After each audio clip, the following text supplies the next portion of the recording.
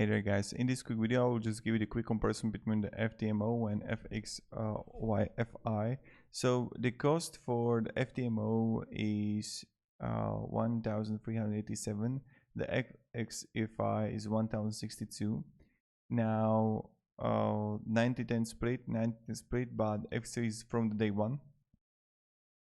So first pay out sometime after passing, not on demand, but here with FXIFY you have it on demand.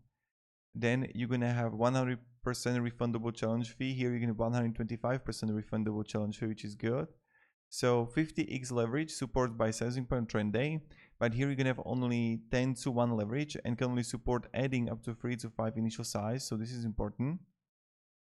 And then news trading is allowed and higher spreads, Dow 1.4, Nasdaq 1, and no news trading 2 min before and after.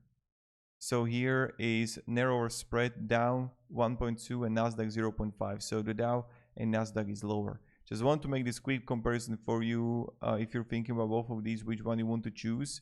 And yeah, so that's like the F and FTMO. So thank you very much for watching and have a great day and goodbye. And these are all fakes photos.